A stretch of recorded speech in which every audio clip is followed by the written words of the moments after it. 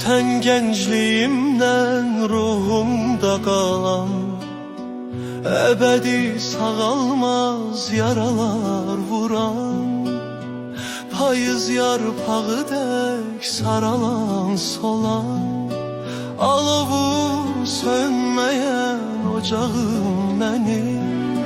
Günahlı günahsız ilk muhabbetim, sen benim içimde sevgi dünyası, tenha gecelerin şirin rüyası.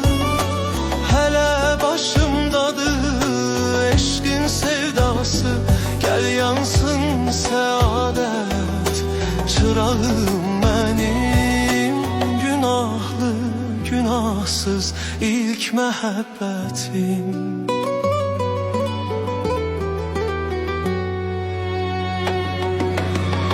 Belə yaradırmış bizi yaradan, sənə boylanıram özgə yuvadan. Gör nə qədər illər keçib aradan, isinmir hələ də qucağım mənim.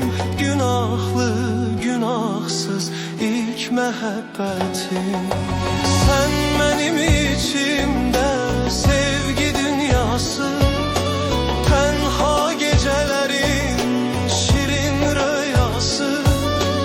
Hele başımdadır eşkin sevdası, gel yansın saadet çırağım benim. Günahlı günahsız ilk məhəbbətim.